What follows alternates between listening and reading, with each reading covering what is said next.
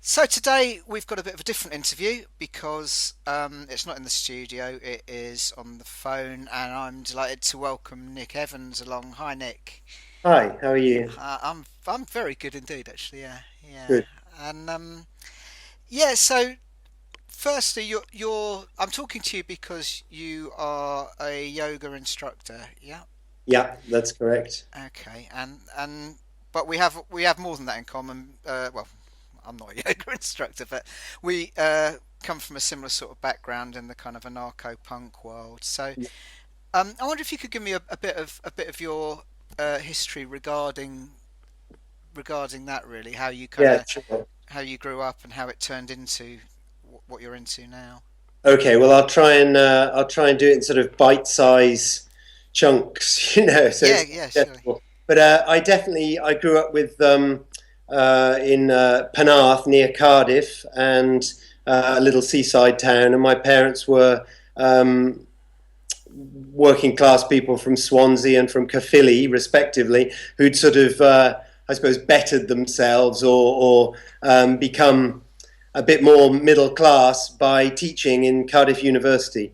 So they were French lecturers, and they were definitely a part of the sort of academic, um, I would say, working class intelligentsia of Wales of the sort of 60s and 70s. And my father was friends with Georges Brassens and some of these French chansonniers. And my mother was very interested in, well, first of all, Bagwan and the whole Osho movement. But I also used to get taken off to Lanrim Buddhist Center when I was a little kid to do walks for them to raise money and various things. And then at the age of 7, I was taken to learn transcendental meditation, Maharishi Mahesh Yogi's practice, which involved repeating a mantra. And I did that probably for about 6 or 7 years. While I was running around the schoolyard, I had this little Sanskrit syllable repeating in my head, and I remember having to give some of my pocket money, but there was a picture of the Beatles, so it was okay.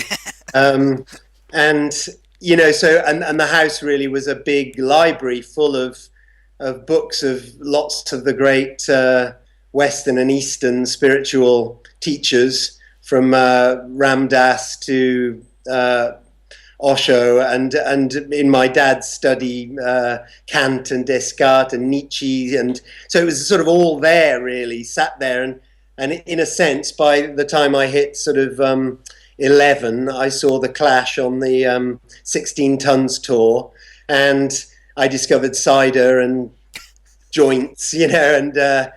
and really, of course, got swept up in the sort of currency of rebellion, and just in a sense, anger seemed like the only logical response to the world that was being revealed to me as I became more aware, and the angry feeling felt very sort of appropriate and familiar. And I carried on being angry for quite a long time, and I moved up to eventually I moved up to a squat in Leeds, and I started squatting, and I was in various punk bands, and I booked tours and shows at the Duchess of York for lots of bands that you're probably familiar with, the likes of Fugazi and No Means No and Alice Donut, a lot of the American punk bands. And I had an alliance with some Dutch squatters who ran a company called Die Concurrent, who booked a lot of tours for American hardcore bands. And I stayed at, lots of different people's houses all over the world and made lots of friends, and ended up finally falling into, I suppose I could say, falling into bed with, after working at Alternative Tentacles for about 4 or 5 years, I ended up in bed with Derek Burkitt from Flux of Pink Indians, who bought my little record company, Elemental Records, or bought half of it.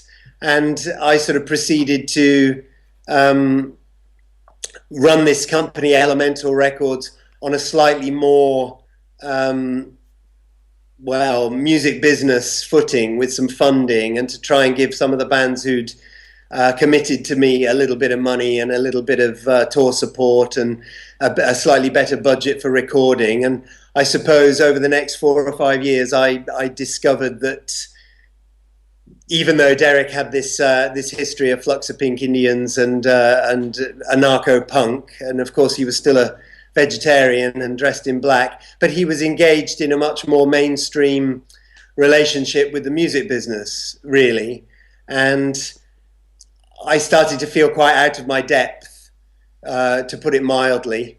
And I was sort of involved in trying to fund the label by doing big deals with American record companies and solicit interest for the groups that I'd got involved with.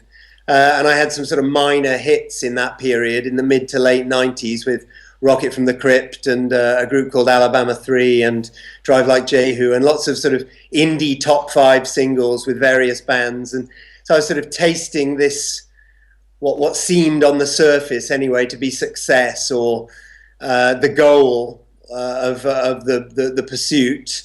But of course, I was getting terribly stressed and feeling very estranged and alienated from myself. And I'd always been a fairly sensitive guy. And I liked the whole peace and love, anarchy, peace and freedom aspect of the anarcho-punk scene. But even though I was quite heavily involved with the Ian Bone and Class War and I was in the Living Legends for a few years when I was younger, yeah. So I played guitar and travelled with Ian Bone quite a lot. But I was never really a kind of, a rioter. Even though I felt very angry, I really liked the sort of the hippie end of the whole thing and generating an alternative to the mainstream and living it. And so when I found myself sort of flying business class and doing deals with major labels in America to fund the operations in the UK, I felt like somehow I'd betrayed myself or I wasn't comfortable with the road that life had taken. And I never really felt that I was sort of purely ambitious or looking for success or commercial results, but I was always very, very loyal to the groups and to the people in the groups, and I wanted them to have what their peers had at other sort of quasi-indie record companies. And after a couple of years of this and some sort of failing upwards, I think is the term, and having some like I say, enemy front covers and lots of the appearance of success, I found out that I had a very rare cancer, which was called a Ewing's peanut sarcoma and was a soft tissue tumor. And the doctors said, oh, it's very rare and it spreads very quickly and it can go into the bones and the lungs. And I was 28 at this point. And of course, it knocked me for 6. And I'd been sort of carousing and having a lot of fun in London and drinking and smoking and taking pretty much whatever I could get my hands on and feeling quite sick, really, and quite at a loss. But of course, in that period in London, most of the people I was coming into contact with were behaving in some variety of something like that, so it sort of felt normal. But I was definitely out of my depth and feeling quite anxious and sad and frightened. And of course, if someone tells you have cancer, it's the word is a huge shock in and of itself. It's one of the big scare words. So I spent the next year, 1999, having treatment at the Royal Marsden Hospital in London on the Fulham Road, and going through, a very, very brutal and relentless chemotherapy, and then having an operation to remove the tumor and some reconstructive surgery on my stomach muscles, and then radiotherapy. And at the end of it, not really recognizing myself, having lost all my hair and being a big kind of bloated, chemotherapied shadow of my former self, really. Yeah. And knowing that the doctors had cut out the tumor and doused every cell of my body with very, very toxic chemicals and then with radiation, and knowing that however deep the conventional medicine got, it would never really touch the part of me that felt the sickest, Sure. um, which was, I suppose, for want of a better word, the spirit or the self or the emotional body or the a body that lives behind or is the foundation for the physical body. And in stop me if I'm rambling, No, no, but go ahead. It's interesting. Yeah. um, the I suppose I could tell you lots of stories, but I'll get to the really pivotal one, and the one that I suppose created a kind of cognitive shift in terms of who the I that was experiencing this illness was. And I suppose, when you're deep into quite invasive, extreme chemotherapy and you're having operations and you're really at your wit's end and having trouble sort of managing quite basic human functions, and it goes on for months on end.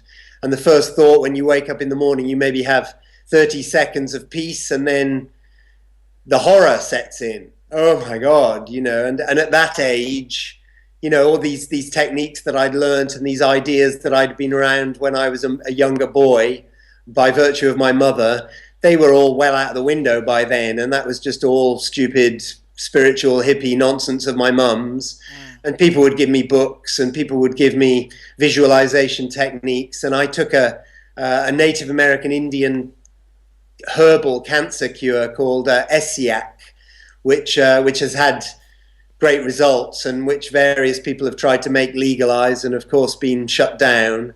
It's also called the Ojibwa Indian tea of life, but this had an effect. I would sort of smell the tea in my dreams and all sorts of funny business going on out of a sort of conventional wisdom. Yeah.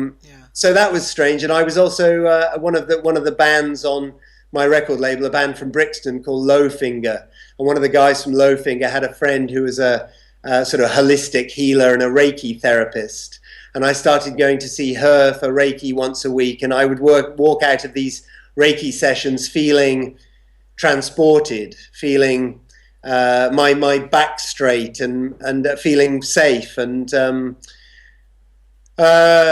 so Okay. Yeah. something started to shift. But I suppose that the key thing that I just wanted to convey to you before we move on was one afternoon where I was lying on the sofa and pretty immobile, and I would focus on this tumor. It was before the tumor was removed, and I would go into this lump in the same way that someone who stubs their toe on the bedstead or whatever goes into the pain in their toe.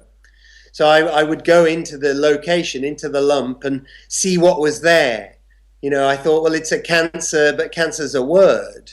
I'd like to know what this word actually is, and what it is for me. And so I would go into this physical location in my body with my awareness and try and find what was there.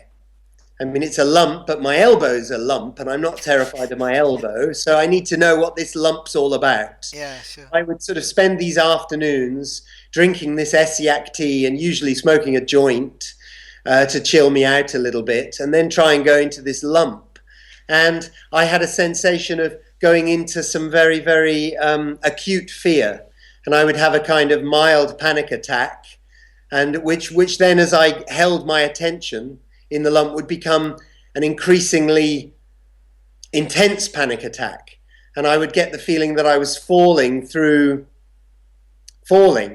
want of a better word, kind of, oh my God, freak out. Mm. But I did this repeatedly over the weeks until the falling stopped feeling like falling. And it started to feel more like a floating feeling. And I thought, God, I've been falling through this fear for weeks now, and I never hit the floor. I never hit anything. And now I just feel as though I'm kind of floating in this infinite internal space. And the fear is sort of passing through my body in waves. And I was shuddering and sort of shaking as this fear seemed to be sort of passing or releasing in my body. And there seemed to be a very, very deep relationship with the physical sensations of releasing this fear and my mental state. So that was interesting, and I remember weeping and deep, deep weeping in the same way that a baby weeps when it can't catch its breath and it really shudders. And I had huge sort of waves of releases in my body, and I saw what I can only sort of describe as light, and it was an internal light. And I cried, and I sort of said, "I'm sorry, do with me what you will. I'm not beating my own heart. I'm not digesting my own food. I'm not deciding to see out of my eyes. It's all sort of happening. I got given this body, and it's got 4 fingers and 2 thumbs at the end of each arm, and the whole thing seems to be laid on like a kind of like a vehicle I was given, and I've been treating it pretty badly, and I feel pretty terrible. So maybe it's time to give it back to the intelligence, whatever that intelligence is." And I certainly wasn't thinking in terms of, God or anything like that. But there was a sense of this body not being mine. This body was something I was given. And also that the body wasn't really aware of me. I was aware of the body and what was happening with the body, but that I couldn't sort of say that was true vice versa. And it was almost as though when this feeling of kind of whatever needs to happen, I trust whoever's beating my heart, however my heart is beating, because I'm pretty sure it's not me that's doing it, on a conscious level at least. I give myself back because I've made a pretty bad job of it so far, and I would like to understand what I can do to sort of say sorry. It wasn't even a case of I want my health, I want my life back. It was a complete and total surrender because I was so fucked, for want of a better word, and I didn't really have anywhere to go, and I was completely at the bottom of the barrel and ready to die. And it was almost as though the moment I really said, okay, have the body back, I understand why I've got this illness, because I don't like myself very much, and I'm lost and confused and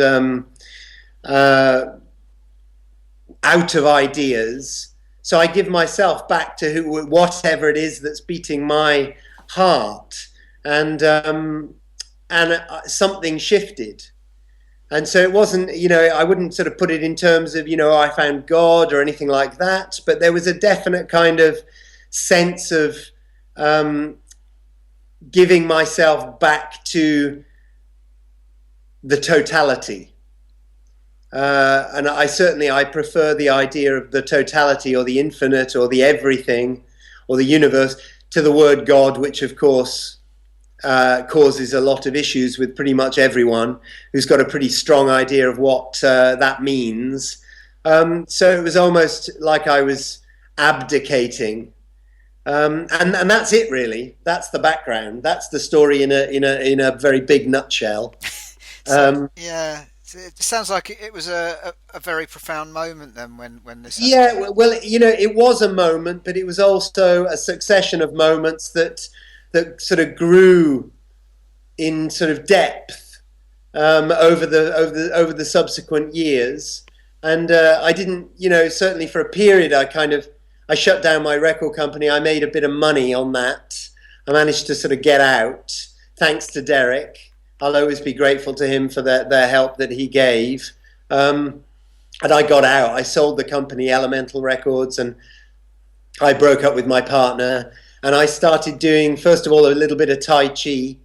And then I learnt Reiki with a lady in London. And I started doing quite a lot of Reiki. And then I found myself on a yoga holiday. And I was doing it for the Tai Chi, really. There was a Tai Chi teacher there as well. It was in Crete at a place called Yoga Plus in Crete. And I met Francis from the Vaselines.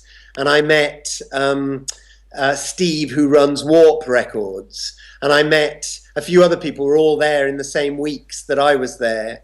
And a couple of my other old sort of music friends had also kind of flirted with yoga and meditation. And of course, my mum was still there. By this time she'd become a Brahma Kumari, which is a sort of an Indian, predominantly female sect of Raja Yoga um, practitioners based in Rajasthan. And she'd been to India many, many times. And I went to this yoga retreat, and I tried this thing called ashtanga yoga, which is a very sort of dynamic, fluid, breath-based asana practice that most of the modern styles of yoga have their root in ashtanga yoga. Iyengar is related to the ashtanga yoga guru, Krishnamacharya. And then most of the other styles that you will maybe be familiar with, like power yoga or vinyasa yoga or flow yoga, all these styles of yoga that are popular in the West now, have their sort of grandparent is Ashtanga yoga, which is the one I discovered. And I think I did it every day for 2 weeks. And about halfway through the second week, I was in more pain than I'd ever been in before in my life.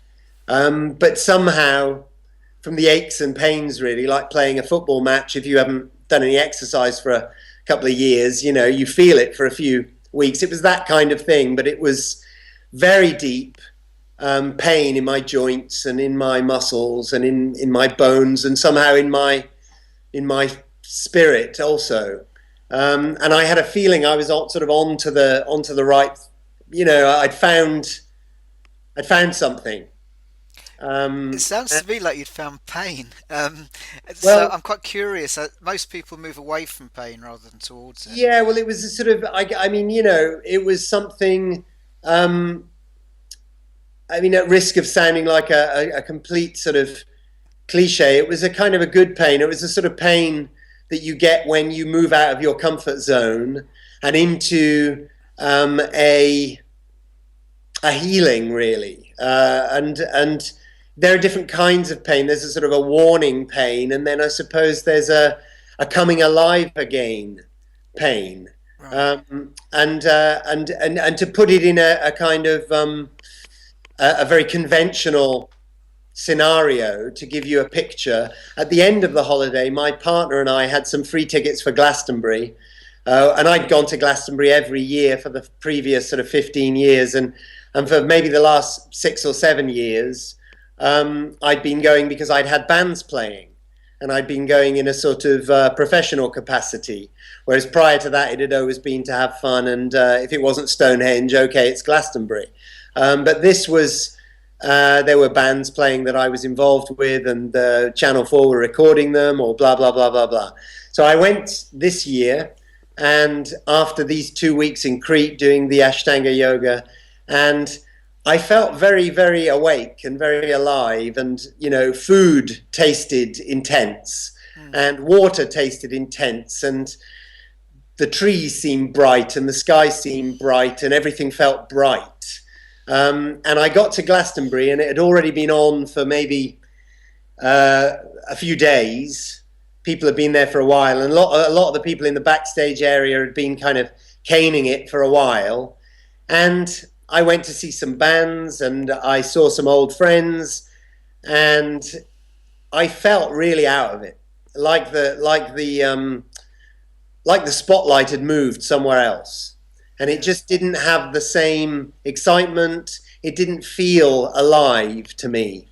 And somehow the yoga felt alive. And in the same way that we were talking when we first spoke, that feeling when anarcho-punk lost its creative juice and just started recycling old atmospheres and old creative principles and just started feeling like a caricature of itself. I had that feeling that the interesting stuff had moved, and now the punk was somewhere else. And for me, you know, in a way, punk had always been about staying fresh and keeping it alive, you know, and expanding beyond the deadness of what had come before. And so, you know, that's why Southern Death was interesting. That's why Bauhaus was interesting. That's why Adam and the Ants were interesting. That was why I didn't want to stay bogged down with Discharge and the Exploited, and that's why Crass stayed interesting, because they were expansive and they were deeply interested in challenging stagnation and evolving beyond the parameters of what had come before. And I had that feeling with the yoga that I'd found my new punk. I'd never done anything that felt that punk. It was the most deeply and profoundly punk thing I'd ever done. And I can't really explain why, other than the fact that I hadn't had those feelings, other than when I saw Killing Joke or The Mob or Poison Girls or Discharge, for that matter, at Grassroots in 1982. And it was the same feeling. And you can't fake that feeling. So it wasn't even something that I was sort of resonating with intellectually. It was something that felt like a recalibration, or like I'd found my path again. I was back on track. I was back punk. Yeah, Yeah, the sort of essence of punk. And so I didn't really question that. And I found out who the root teacher was, who the guy was. And I spent the next sort of 15, 16 years in Mysore, on and off, in the south of India, studying with this teacher, this guru called Sri K. Patabi Joyce, who was the kind of 87-year-old master, very conservative, orthodox Brahmin Hindu in the south of India. And I moved into a weird little house in Mysore and hung out with a whole variety of interesting people who were at a juncture in their life that required some serious change. And I started learning this yoga practice from this guru, and I traveled around the world studying with various other senior teachers, and I met a bunch of other old punks as well. Miles, who used to be in Napalm Death, and Mike D from the Beastie Boys, and a few other people that were there studying with this guy. And so there were some similar kindred spirits there as well. I wasn't the only freak that was, there were more of us. So I felt like it seemed to be attracting outsiders in the same way that, and broken people and people who were getting over various addictions or bankruptcies or divorces or illnesses, people who'd come to a point in their lives where some sort of radical emotional / spiritual surgery was required to reset or recalibrate the root understandings of what it is to be a human, and what activities result in disaster and what activities can result in a happy, healthy life. So, and I met this guy, I read his book, Patabi Joyce's book, Yoga Mala, and there were several passages in the book that resonated very deeply. And I really loved the photograph on the cover of him and the look on his face, and I really needed some help. So I wasn't really in a position and I couldn't really hear it from my mum or from, so I had a very strong feeling about this guy, so I went there and I met him and I practiced with him, and now I'm here. And there you go, that's the history. I'm curious of the role of gurus. It's a word that makes me feel a bit uncomfortable. Yeah, because it's a word I associate with religious sects from the 60s and the early 70s, and right. Sort of Moonies or whatever, and all that kind of all that kind of stuff. So, could you elaborate a bit on what a guru is in that respect? Sure. Well, first of all, it's very important to differentiate and distinguish between Indian cultural, spiritual concepts and Western interpretations. So in India, there is this concept called parampara, which is disciplinic succession. So in the olden days, India is an ancient spiritual culture that has absorbed many different religious traditions under an umbrella which they call Sanatana Dharma, which is more commonly referred to as Hinduism, which draws in all sorts of other sects and strange sort of Dravidian Aboriginal cults and sects from the 18th century and before. The temples in India are just full of gods and goddesses and rishis and sages and saints with sometimes heads of elephants or monkeys, all sorts of strange pagan deities and gods and forms that are there chiseled into the stone of these ancient temples. So this is a culture very, very, very alien to the Western mind and the Western rationale. So in India, basically, the translation of guru, it has lots of translations, as many of these Indian words do, but one of the translations is one who is replete with light, or one who is heavy with knowledge, spiritual knowledge. But a more sort of conventional translation would just be teacher. Right. So really, every family has a family guru. They're all born into what's called a gotra, and a gotra is basically a caste, a spiritual lineage that you inherit from your parents, and they have different sort of philosophical perspectives and different root texts and a traditional guru. So there's Shankaracharya, Madhvaracharya, Ramanujacharya. These different, particularly in the south of India, they've all come from these different lineages, which are basically practices, and they're devoted to. The Hindus refer to God as the absolute, and God lives in the cave of the heart in the form of light. So God's inside you, God's inside everything. God isn't somewhere else judging you sitting on a cloud. God isn't Yahweh. God is Brahman, or infinite consciousness. And the idea is that there is a teacher that's connected to your family or to your and the teacher will be versed in a particular aspect of the Shastra or of the spiritual books, the teachings, and they will have inherited this teaching methodology from their guru, and their teacher got it from their guru, and their teacher got it from their guru. And like everything in the modern world, the systems deteriorate. Systems are open to abuse. Human beings have egos, and they identify with positions of power and authority, and they are weak, and they become intoxicated with money or with sex or with power or with simply the feeling of being above other people and having adoration. So like every other system in place in the world, there has been a lot of deterioration.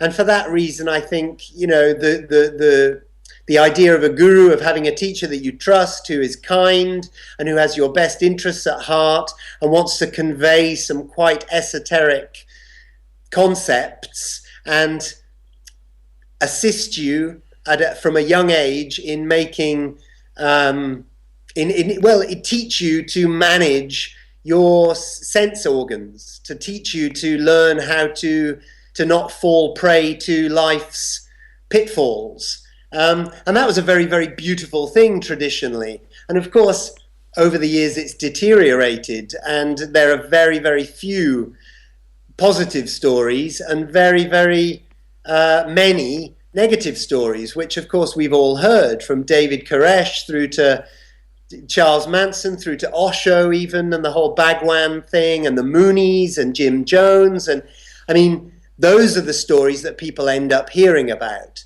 But my experience with Sri K. Patabi Joyce from Mysore and the Ashtanga Yoga method was positive.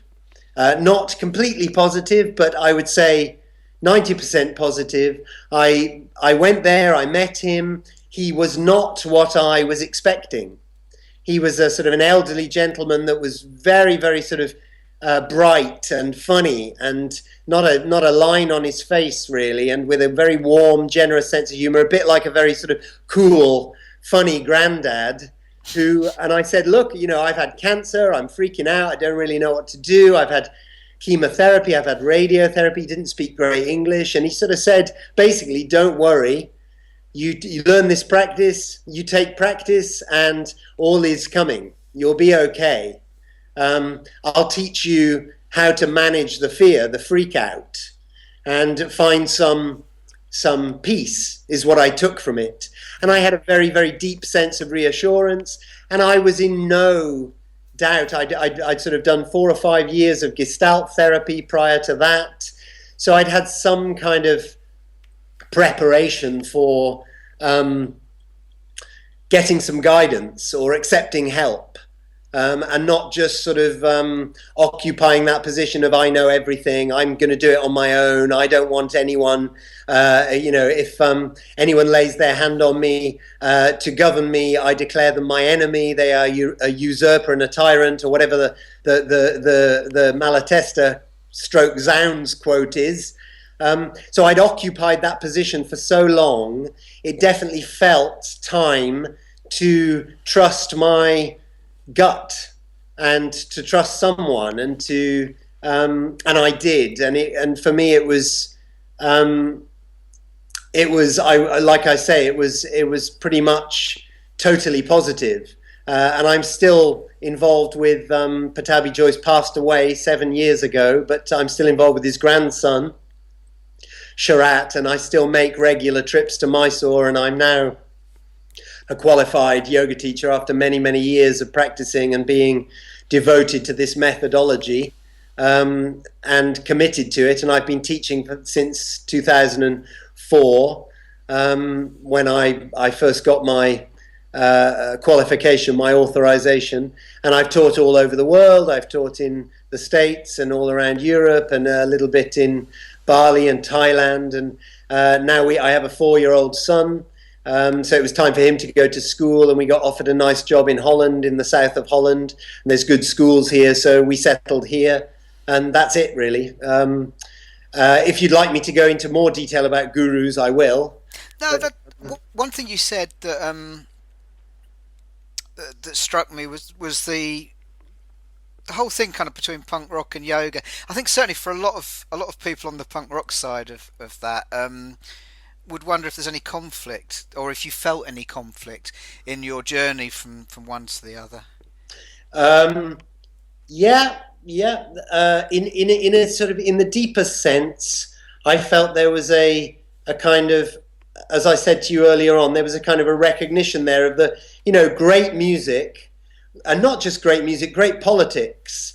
When somebody's full of righteous anger, or the spirit of rebellion, there is a sense of yesness about it. When I saw Crass, when I saw the greatest of those bands, I felt their sincerity. And in the end, it's coming back to that root. It's a very innocent feeling.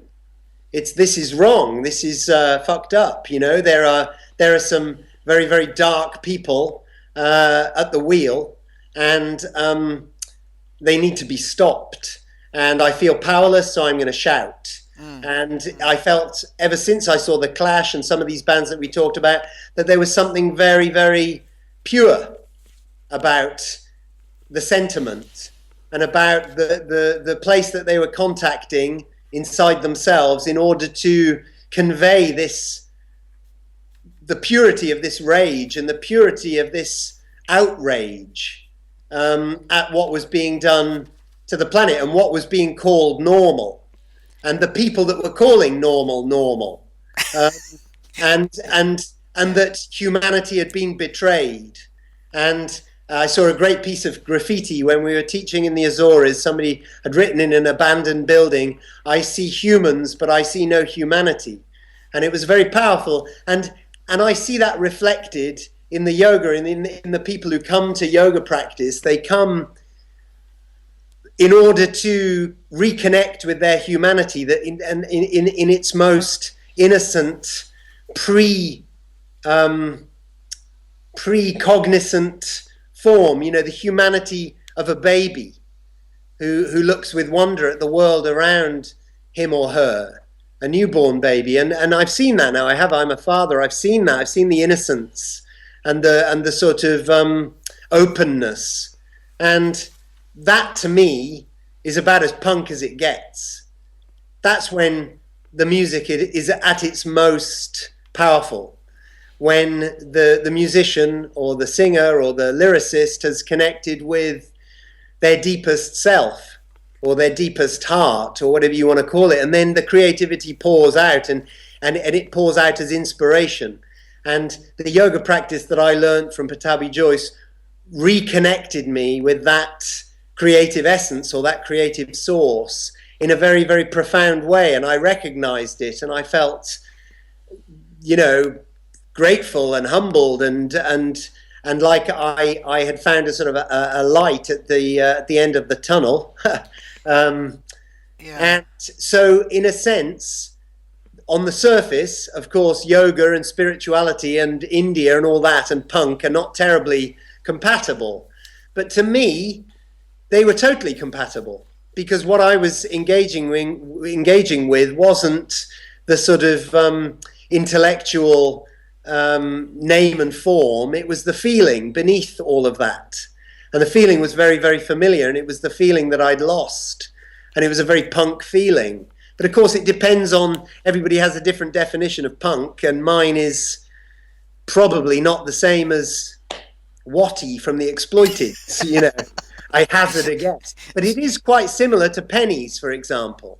Yeah. And I have a lot of a very, very sort of deep connection with him, and a lot of familiarity and recognition when we speak, and also when we don't speak. Whenever I get to Dial House and sit with those guys for a few hours, it's a feeling of deep recognition of the self that looks out of all of our eyes and beats all of our hearts, For the benefit of people listening, I should mention that we're talking about Penny Rambo from Crass when we're talking about Penny. Yeah, sorry. No, that's fine. Yeah. Regarding all that kind of period and all that kind of anger about injustice and so on, how's your kind of yoga practice changed your relationship with that, or has it even?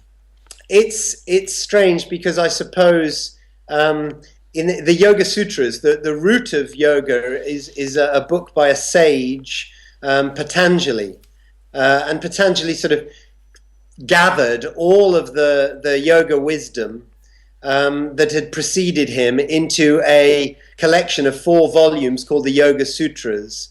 And the Yoga Sutras are a kind of guidebook to the sort of spiritual process. If you're engaging with it from a sort of traditional Indian yoga perspective or yoga methodology, the Yoga Sutras is your sort of root text that most of the serious yoga practitioners spend some time studying and chanting and learning how to read and interpret.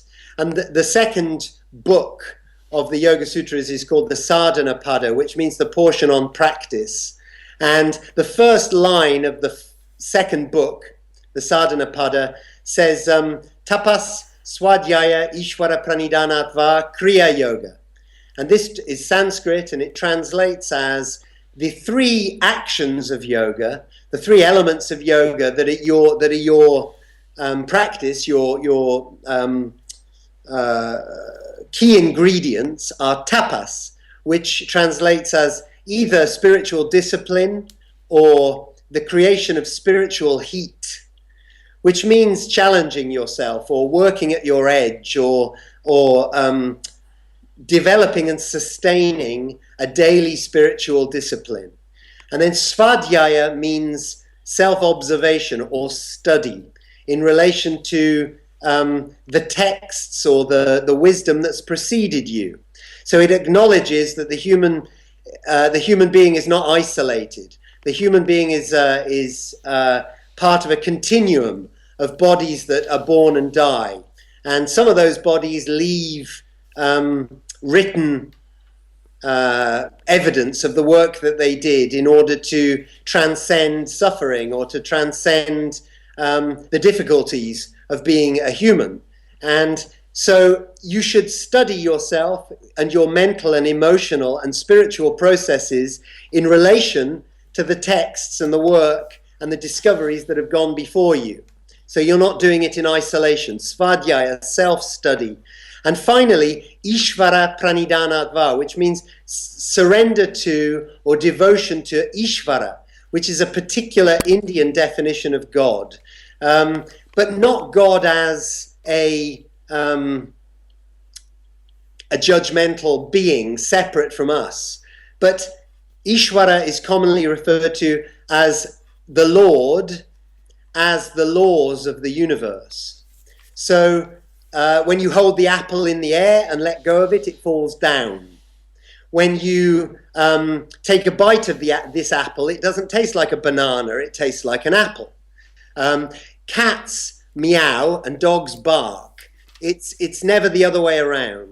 The sun comes up every morning and you assume that your heart is going to continue beating for the rest of the day and you carry on breathing. So these are fundamental, rudimentary functions of Ishvara, which is infinite intelligence or infinite being is another description. So the idea of surrender to being, surrender to the reality of your present moment experience without attempting to control or manipulate it.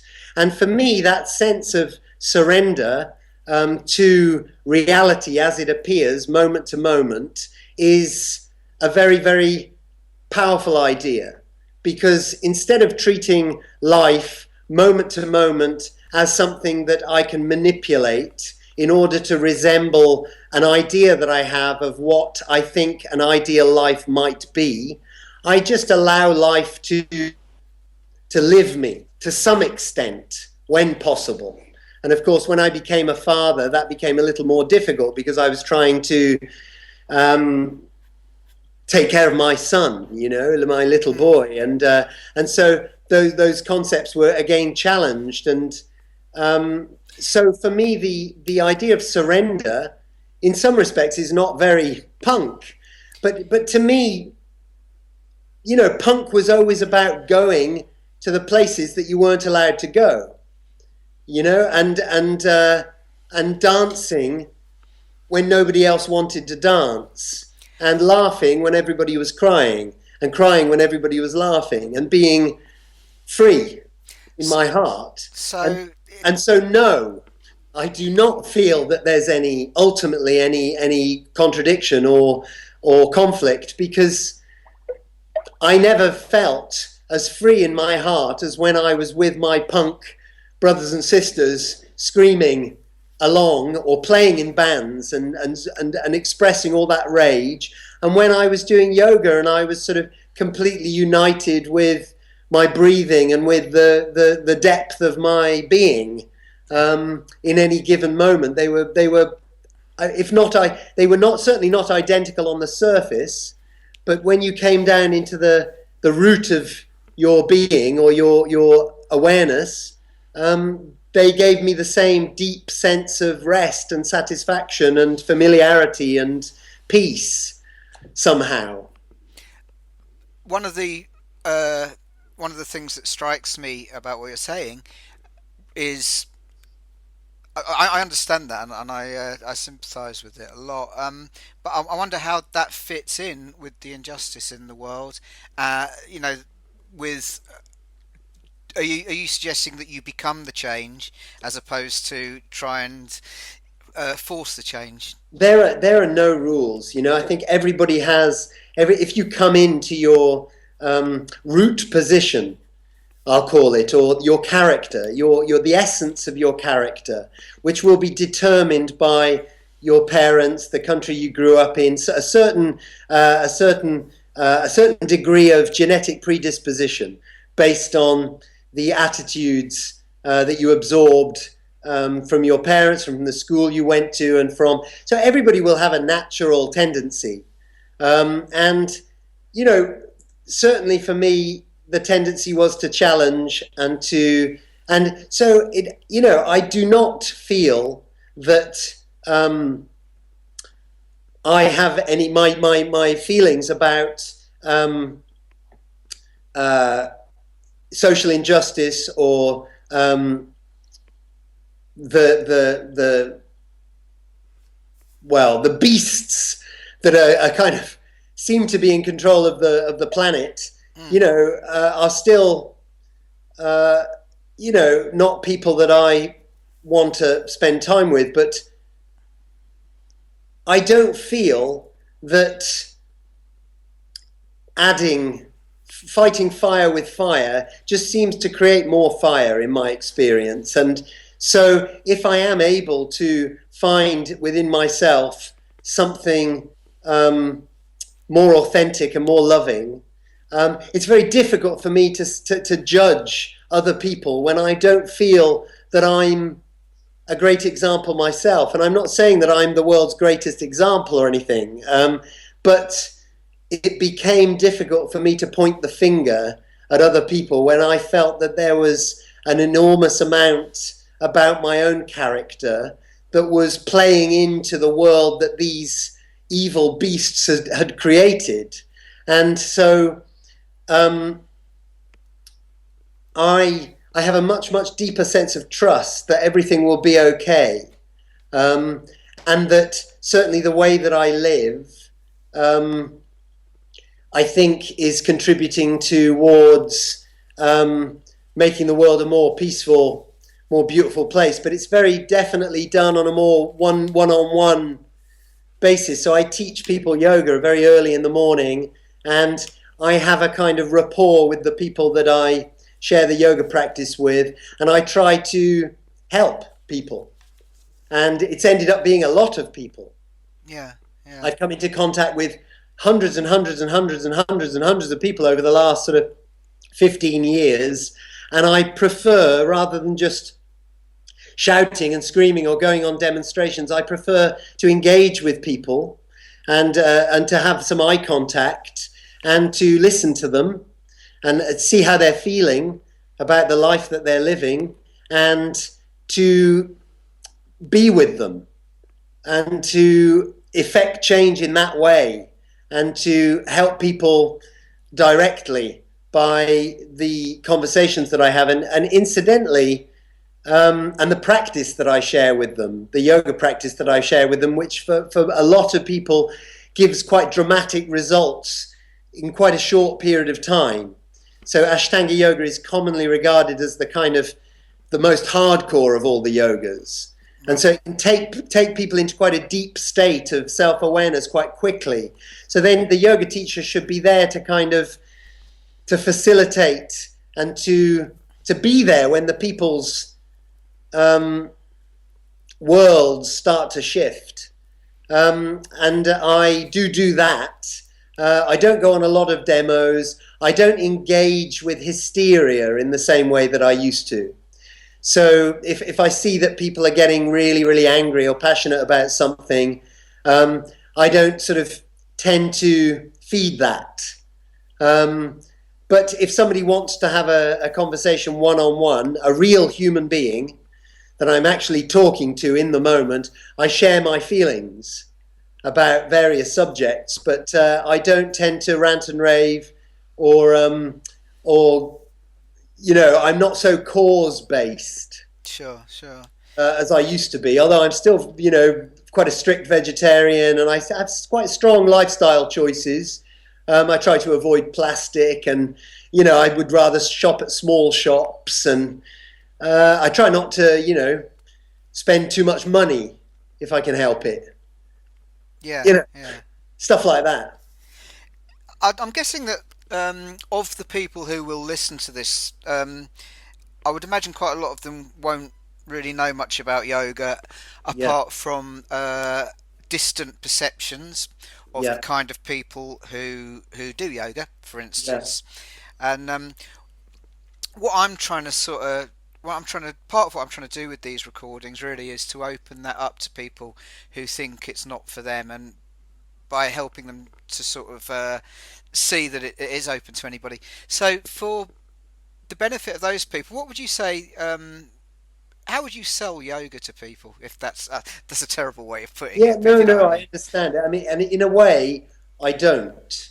I think the yoga has a certain quality that shines through people's faces and through people's actions and through people's words that is uplifting and inspiring and positive, you know. And I spent enough years waking up with a hangover and coughing from all the ciggies that I'd smoked and, you know, everything else that I'd done, and just sort of indulging my senses and my desires for so many years. I woke up for years really just, and the first thought in my mind, you know, once my hangover had sort of subsided enough to for me to have a thought, was shit, I hate this. I hate this. I hate being alive. I'm in pain. I'm hungover again. Um, I'm feeling powerless over my own behavior, and I'm full of regrets, and I'm young, and I don't feel like I'm living the life that I want to be living. I don't feel authentic. I feel like I'm kind of living a lie, which maybe to some extent everyone feels to some extent, you know, because we're doing jobs that are not completely fulfilling, or we're not joyful all the time. But that when I discovered this Ashtanga yoga practice, I found in my heart of hearts, felt like I was getting back on track. And slowly, it's an accumulative process. It's not something that you don't wave a magic wand, but there is a sense as the practice started to feel better. I mean, in with the Ashtanga method, the Ashtanga yoga method recognizes that the body and the mind do not exist independently of one another. That the body isn't aware of the mind. The mind's aware of the body. So in order to get to your mind, the body needs to be addressed. If you sit in meditation with a body that is disturbed or sick, the metabolism isn't functioning correctly, that the blood is thick and greasy and dark, and you've been drinking or smoking or eating lots of meat or lots of fried food and not getting much exercise, that the heart becomes dull and sluggish, the blood gets thick, the joints get a lot of toxic residual buildup of toxins and mineral buildup, so the joints get stiff and closed. We sit in front of the computers, we sit in the car, we're you know, getting into our 30s and 40s, and our bodies are suddenly biting back and letting us know that they're not feeling well. And our minds respond to that. Our minds get dull and sluggish and angry and slothful, and it becomes harder to find happiness and meaning in life. And for that reason, you know, when I engaged with the practice over a period of time with this Indian teacher, I started to feel the joy come back, and I started to feel the body come back within, like the body started to feel like a good place to be. And as a result of that, my mind started to feel like a better place to be. And not that I became necessarily a better person, but I became definitely a more self-accepting person. And that allowed me to kind of relax and not feel so agitated and irritated and reactive.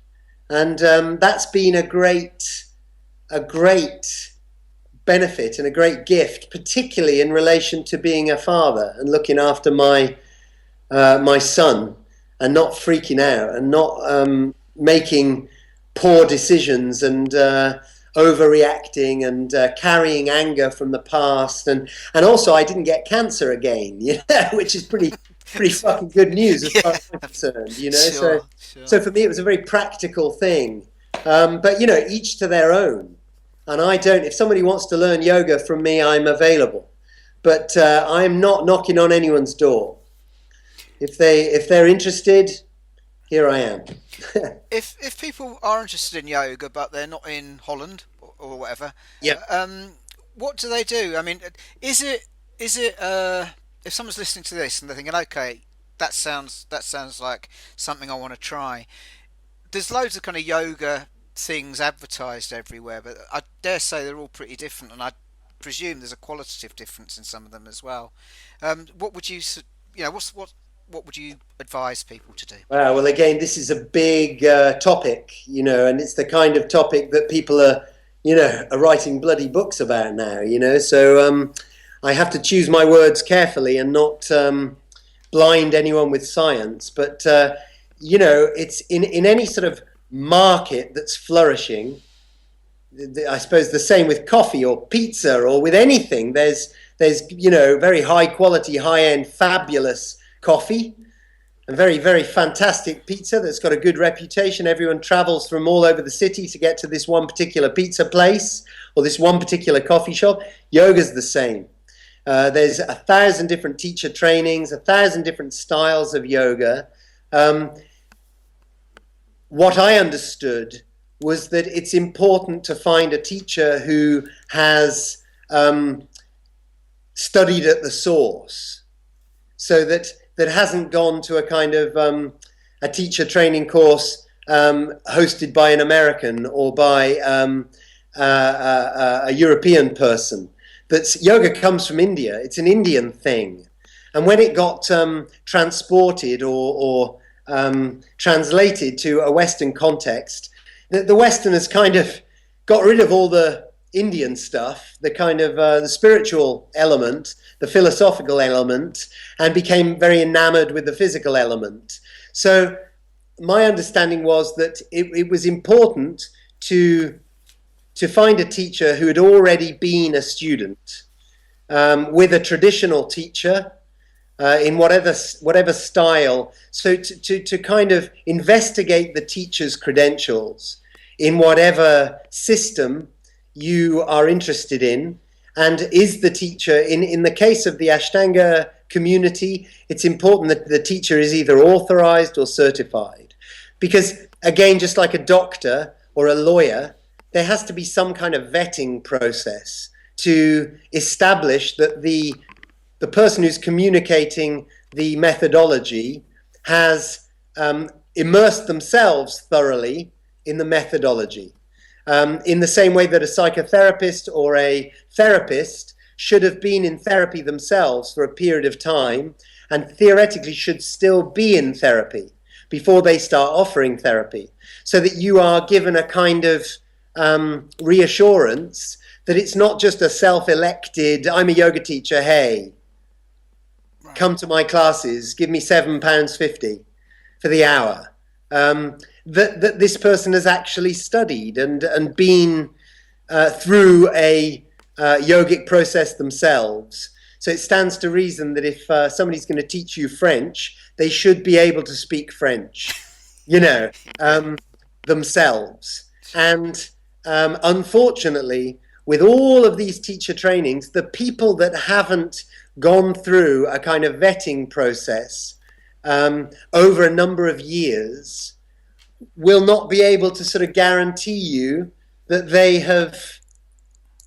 they might not be a perfect person, but at least they've been sort of observed and vetted by their peer group and given a kind of certification or authorization to share the practice. And with something like yoga, that's important, because otherwise there are lots of people kind of masquerading as yoga practitioners or yoga teachers who haven't been through the process, who've done a couple of weekends, or who spent a year doing a correspondence course or going somewhere for one weekend a month for a year. They never practiced, they never established a daily practice, and they never went deeply inside themselves. And then they get a website and start booking classes and teacher training courses quite often. So the methodology gets, diluted. Yeah. And for that reason, you have to do some research in order to, and start asking around and trying to get a sense of whether or not the person that's close to you or that has taken your fancy for whatever reason is in fact qualified to share by one of the main schools. If it's Iyengar yoga, there should be a relationship to the Iyengar Yoga Institute in Pune. If it's Ashtanga yoga, they should have credentials from the KPJAYI in Mysore. If it's Shivananda, there should be some kind of credential. Unfortunately, it's come to that. So yeah, that's what I would say. Cool, that's really helpful. Okay, I could talk to you for absolutely me too. hours and I've hours got about to this. You know. pick my boy from school, so I got a dash. Yeah, but Yeah, no, but it's been absolutely lovely to talk to you, Nick. Thank you so much. yeah, you're very, very welcome. What will this go out on? What is this part of? This is gonna go on YouTube first and Okay, foremost as part of a okay, series of audio interviews. right. Um, and I'll send you the link for that. Oh, that's nice. Okay, great. Well, Yeah. I'm still a big fan of Flowers in the Dustbin. I'm Oh, still a thank you. big fan of your the story of Crass and the work that you've done. And yeah, I'm pleased to talk to you. Oh, you're too kind. Yeah, Yeah. thank you ever so much for that. And Take do you have a care. website or anything if people want to check that out? Just to Facebook, people are welcome to follow or to just Nick Evans on Facebook. I'm on your list of friends. Yeah. I'm not really big on sort of selling myself. You know, I mean, we all remember Crass, Joy Division, Killing Joke because they never went on. They never, you know, it was impossible to find glossy photographs of them. Yeah, sure. You know, Yeah. and that's something I've carried through into the yoga is don't push yourself on people. If people don't sell yourself, it's not, you know, Duran and all those guys. Nobody gives a fuck about them now. You know, but Oh, I don't know. I think some of my friends might disagree well, with you, but I know what you mean, it's, though.